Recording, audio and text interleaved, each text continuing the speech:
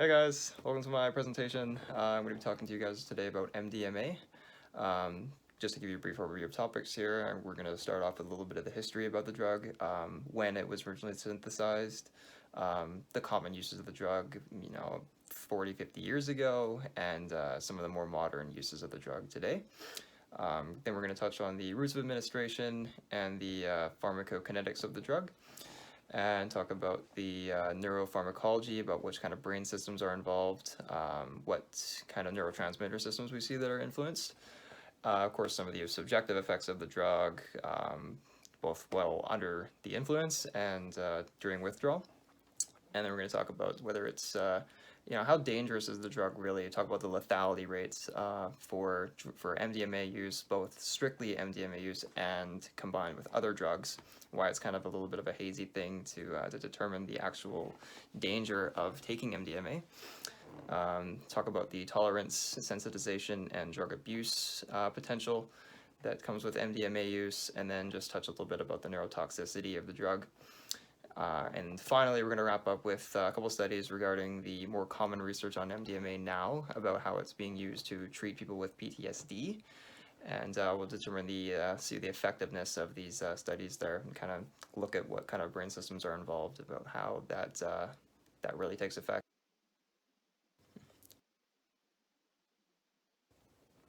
Okay, so a bit on the history of MDMA. It was originally synthesized in 1914 in Germany by the Merck Pharmaceutical Company, and was introduced into North American society into the therapeutic practice in 1977 by a man named Leo Zeff, who sought to use MDMA's entactogenic properties, so the way it enhances our social connectedness and the way we can get in touch with our emotions, as a way to really break down the barrier between those deep-seated thoughts and emotions we have that we often try to get at in therapeutic practice, to really express how we truly feel. Unfortunately, it was ultimately banned in 1985 by the World Health Organization recommendations in big parts of the world, like Canada, America, Europe, just because of the similarities of the drug in regards to other drugs of its class, like methamphetamine, because of the dangers of its abuse rate. Nowadays, a lot of the time it's just used recreationally, just music festivals, parties, anything, just as to get that elevated state. And also just a bit kind of what I mentioned earlier in the overview about how it's being used to treat people with PTSD. Those are the most common uses of MDMA.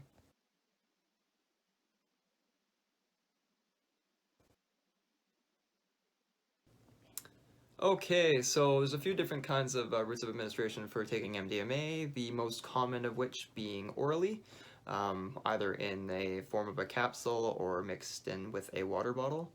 Um, this can be used in both experimental and recreational use. So in experimental groups, you may see a control group of 0 to 40 milligrams and an active group of anywhere from 80 to 150 milligrams of MDMA. But in recreational use, the dosage of MDMA can vary even more highly than that, from anywhere from 0 milligrams to 150 milligrams of MDMA. So this is because a lot of the times it's cut with many different drugs, so it's a mixture of a bunch of different things, ranging from MDMA to ketamine, 2CB, PCP, even caffeine. Sometimes it can be mixed in with. So you never really know what you get, which is kind of one of the dangers of taking MDMA. And the second route of administration here is insufflation. So snorted, obviously, which is not very common due to the fact that it is quite painful. Feels like razor blades in your nose. And But one of the pros of taking it insufflatedly is that it's a very fast route of administration because it diffuses right in the mucous membranes. So it's like it goes like right there, right to the brain. Whereas if you're taking it orally, it has to go through the intestinal tract and diffuse along the intestinal tract there. Okay, so the pharmacokinetics of MDMA. the drug starts to take effect in your system after about 30 to 60 minutes, and will peak in the blood levels after about 1 to 2 hours. So you may start to experience some of the subjective effects, such as the hallucinogenic effects, stimuli altering properties of the drug, as well as some of the entactogenic social aspects of the drug as well that we'll discuss later. The drug has a half-life of about 8 hours, so you can expect to see some of these withdrawal symptoms occurring for up to about 40 hours after administration, until when about 95% of the drug is eliminated from the system.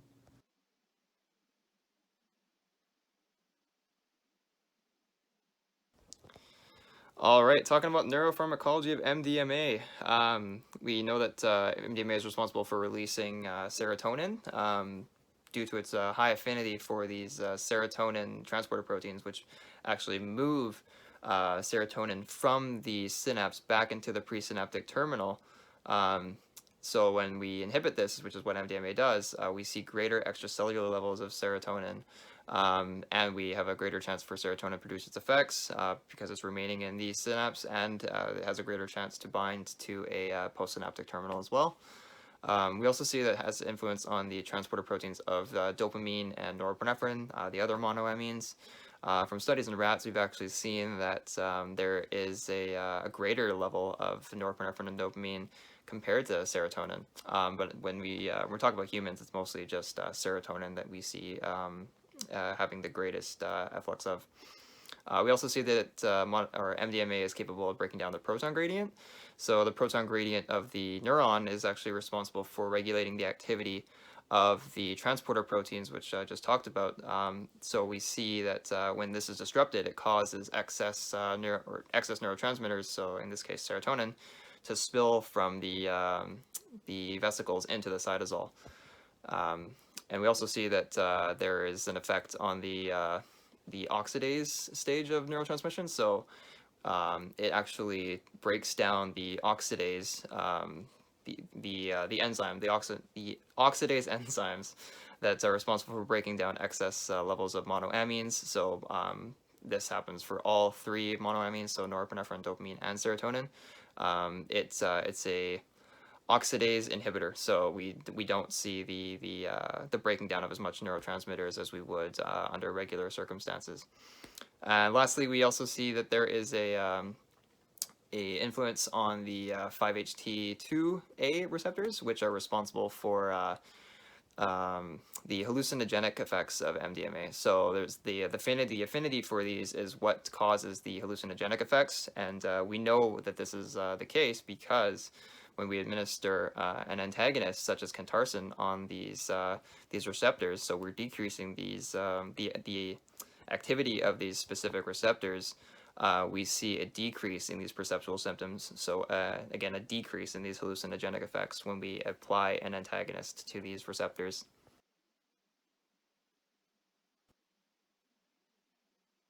All right, in addition to monoamine functioning, MDMA is able to release oxytocin from the neuroendocrine system, which is actually responsible for the social trust building, connectedness, the empathogenic properties of the drug, so the emotional part of what you experience when you're on MDMA. Also, it's able to increase or stimulate the HPA axis, which we learned when we were talking about depression, is responsible for regulating cortisol in the body, so the body's response to stress, which we've seen can increase up to 400% in hair cortisol levels and 800% in salivary cortisol levels. So it's quite a bit of stimulation. So as we learn with the depression, stimulation of the HPA axis or overstimulation of the HPA axis can really mess up the body's response to stress. So we see that it can actually result in depressive-like symptoms both within withdrawal and within long periods of time after use of the drug. And also it can affect our sleep ability, so it either result in hypersomnia and insomnia, also due to the recovery of the excess flow of serotonin.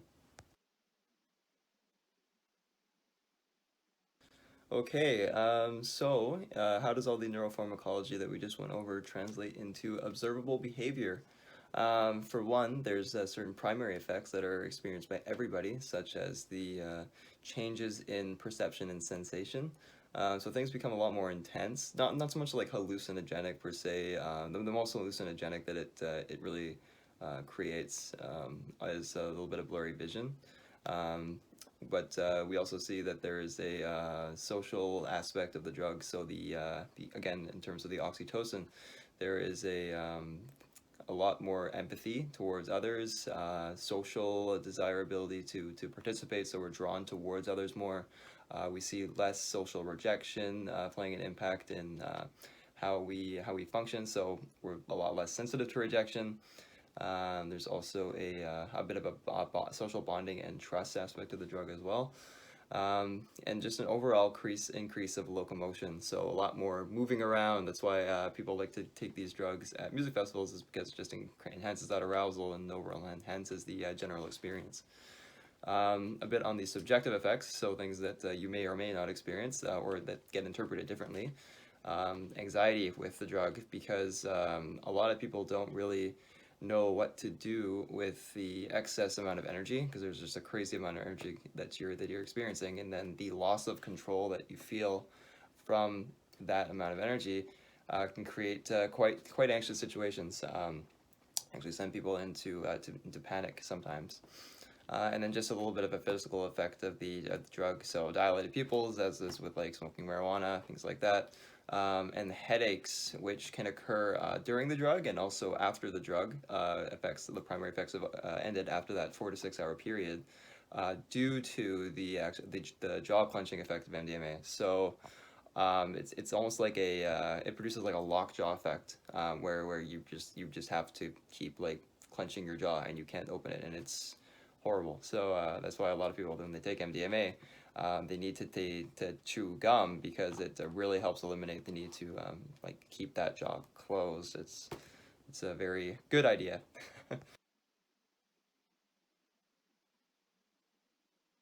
All right, so some of the recovery symptoms of MDMA, or the come down, as a lot of people call it, are the withdrawal symptoms. They can last anywhere from just immediately after the drug peaks in the blood levels, or they can actually persist to days after having taken MDMA. Specifically, these are felt during the morning after. But they include anhedonia, so just not wanting to do anything, really just completely drained of all energy. Also, like not really wanting to socialize, which actually is theorized to believe that this is part of why there isn't like a chronic MDMA use, due to just one of the main aspects of MDMA is to socialize, but since these effects last for days after, you don't see repeated use, because people don't want to, they're just anhedonic, they just want to kind of just lay about. A low appetite with MDMA, those also the feelings of lethargy, which kind of translates to the anhedonic effects. Insomnia and hypersomnia, due to all that release of serotonin and the body trying to compensate for that. So we know that serotonin influences wakefulness, so that's kind of one of the effects of excess serotonin release. And then some users report cognitive defects. So mostly in chronic use, people can feel like less attention, and impairments in memory as well.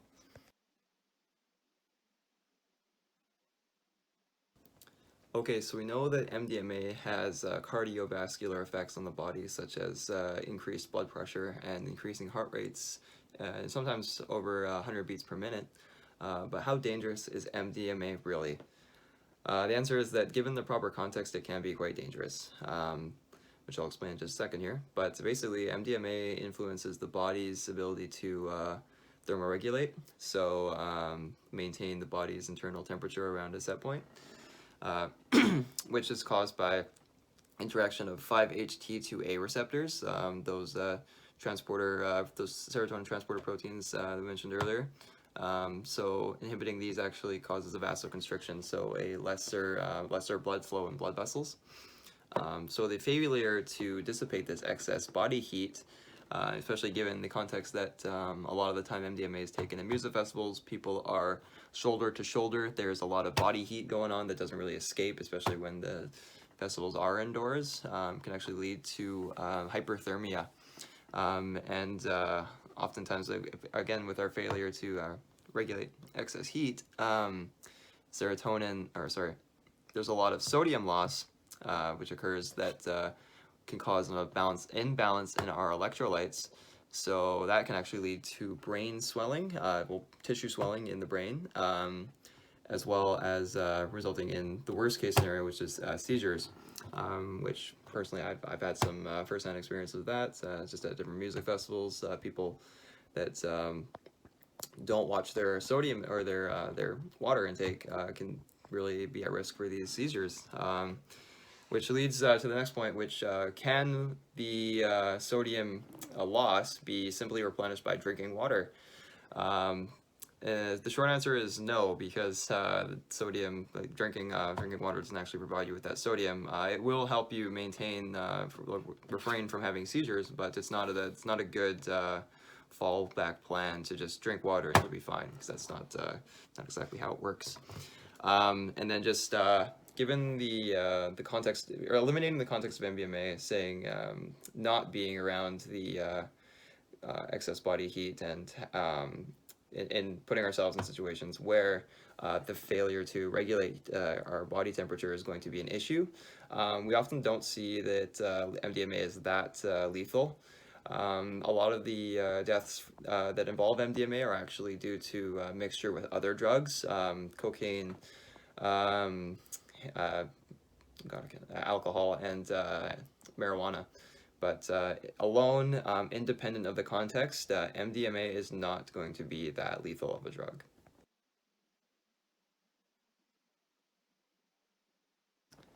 Okay, so although MDMA is a Schedule 1 drug at the moment, there is a bit of mixed evidence as for just how abusive the drug is. For example, in intracranial self-stimulation studies in rats, we see only increased rates of responding up to 130% from baseline, so it's a relatively weak reinforcer compared to other drugs. And also that is mediated, the abuse potential is mediated by the effects, or the amount of dose. So moderate drug doses of MDMA have been found to indicate greater abuse potential, whereas smaller and larger doses do not share the same trends of abuse potential. So less abuse for high and low doses, more so moderate doses where we see higher abuse potential. Also, the extent to which MDMA is able to modulate our locomotor activity is a good predictor for whether abuse potential is going to develop or not. So the more MDMA is able to modulate locomotor activity, we see a contingent tolerance building up to the locomotor stimulating properties of MDMA. So some people are biologically predispositioned, or so it's theorized that to these locomotor stimulating effects, whereas people who develop a sensitization to this locomotor stimulation, we see very less trends of abuse potential, and it's a lot more of a they're able to undergo extinction of the drug-seeking behaviors, and then it is not able to be reinstated. Whereas people who develop a tolerance to this effect, they're actually able to, researchers are able to evoke this same stimulation and reinstate these drug-seeking behaviors as well. So it suggests that there's kind of like a biological predisposition as to how much abuse is going to develop in response to MDMA administration. And then, interestingly enough, these findings are consistent across human and rat trials.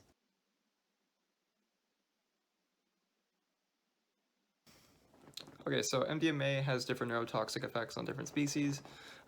In rats, we see a lot of destruction in the dopamine nigrostriatal pathway, so a lot of the dopamine neuron death there.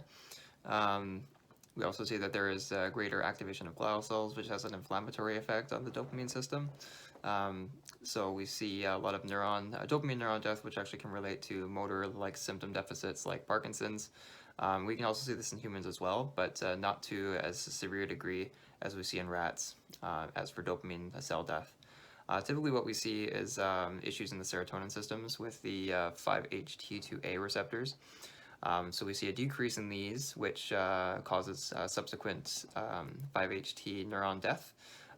We know this because if we apply a 5-HT 5-HT2A antagonist, which blocks the effects of MDMA on these receptors, we see a lot less serotonin death than we do if we don't apply these under the influence of MDMA. Typically, the brain regions associated with the serotonin loss, you have like the amygdala, the hippocampus, the hypothalamus, and the neocortex. Which there's a lot of associated cognitive risks for when you experience this type of neuron death.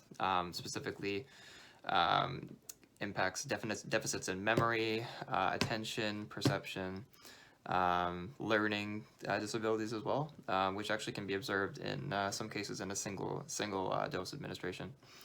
In studies that measure whether or not that MDMA can be specifically attributed to development of different mental illnesses like phobias, anxiety, OCD, just any kind of like anxiety-related disorder specifically, or learning disabilities.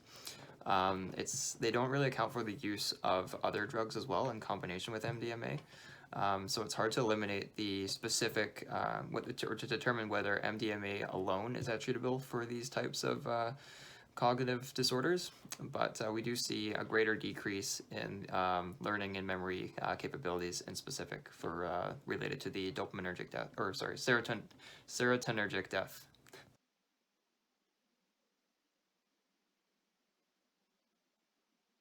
All right, for the next bit, I'm going to talk a bit about a study that has actually measured the effectiveness of MDMA on people with PTSD. Interestingly enough, everyone in this study, all the participants in the study rather, had either failed to complete a cognitive behavioral therapy or a exposure therapy session. So which proves that if we see positive results from the study, then MDMA may be an alternative or an accepted alternative to the traditional therapies for people that have trouble completing them, either because the instructions in CBT are very strict and hard to follow. Possibly that may be an issue for some people. So participants were given either an active dose of 100 to 125 milligrams of MDMA, or a control dose of either 0 to 40 milligrams of MDMA, and were admitted in the therapeutic, the researchers constructed a room that had very calming stimuli, like calming pictures, calming plants, they described it as. I'm not really sure what that means, but just to create a general calming atmosphere. So they administered them to about 8 hours of a therapy session, in which participants they underwent a psychotherapy in a sense. So they call this MDMA assisted psychotherapy. So they were asked questions about just to try to bring to light traumatic symptoms that they had experienced in the past associated with these traumatic memories.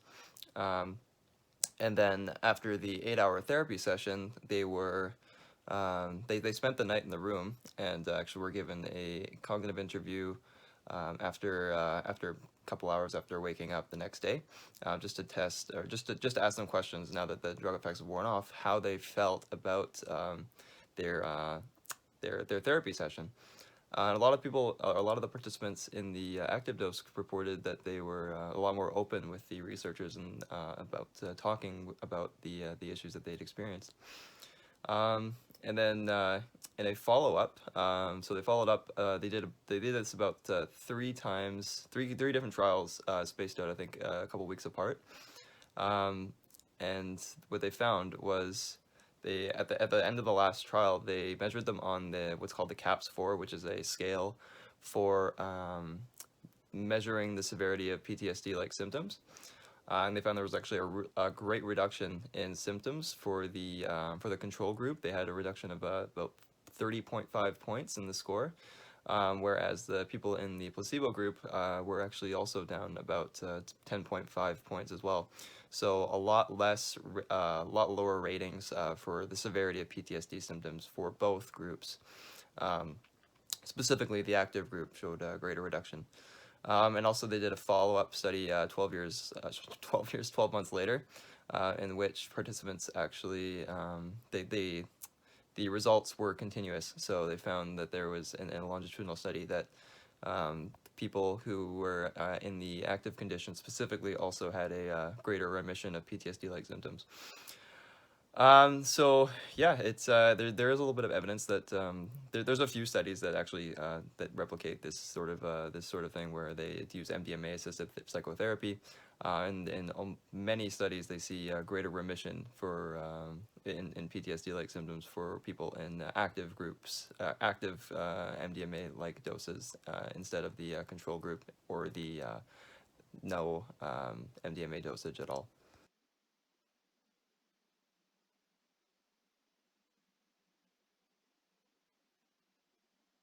Okay, so how do we explain MDMA's role in reducing the PTSD-like symptoms? One theory posits that it may be due to dopamine release in the striatum, which allows for recalling these traumatic memories and reconsolidating them as well. So there's a small time frame window that occurs when the memory is recalled in therapy, in which it can be modified and updated with new information. So the memory becomes destabilized for a short period of time due to a release of dopamine in the ventral tegmental area to the amygdala. So under the influence of MDMA, with the oxytocin and serotonin release increasing overall general arousal and feelings of prosocialness, as well as the therapeutic environment created by the observers. So just again, like a very calming environment, very peaceful environment. We can see a reconsolidation of previously traumatic memories due to uploading the updating the memory with new information, such as the calming and peacefulness that is created with the therapeutic environment and the release of the neurotransmitters serotonin and hormone oxytocin. So there's a way that it's basically eliminating the fear that is associated with these memories and recreating them and reconstructing them in a more positive way. All right, guys, that's just about it for me here. I just wanted to close off with some additional comments. In terms of the therapeutic use, it looks like MDMA, when it's allowed to be used in the therapeutic setting, is quite beneficial. We see that there are definitely some uses out there for MDMA in the medical context and reducing the PTSD-like symptoms, as we've mentioned. Don't really know why they want to still keep it as a Schedule 1 drug. Let me know what you guys think. So there's maybe one of your discussion questions there. It's for recreational use. I could see why, because a lot of the time you don't really know what you're getting in MDMA. There could be cut with caffeine, any kind of chemical you could imagine, really 2CB, ketamine, even like could be quite on the meth heavy side. As for recreational use, I mean, I've had my fair share of experiences on MDMA. Probably some of the best times of my life. I don't know if you guys have ever been to any like music festivals, but people on MDMA, different kinds of psychedelics. The friendliest people you'll ever meet, and that's due to that oxytocin release. So when they're talking about pro-social feelings, there is really like no social rejection feeling whatsoever. Very close social approach. Pretty great time, but don't let that take away from the fact that there is a bit of serotonin destruction that goes on with prolonged chronic MDMA use, as well as immediately after those feelings of anhedonia, just totally zoned out of the world, just wanted to kind of just exist at that point. Overall, thank you guys for watching my presentation. I hope you guys have a great rest of your semester. Thanks.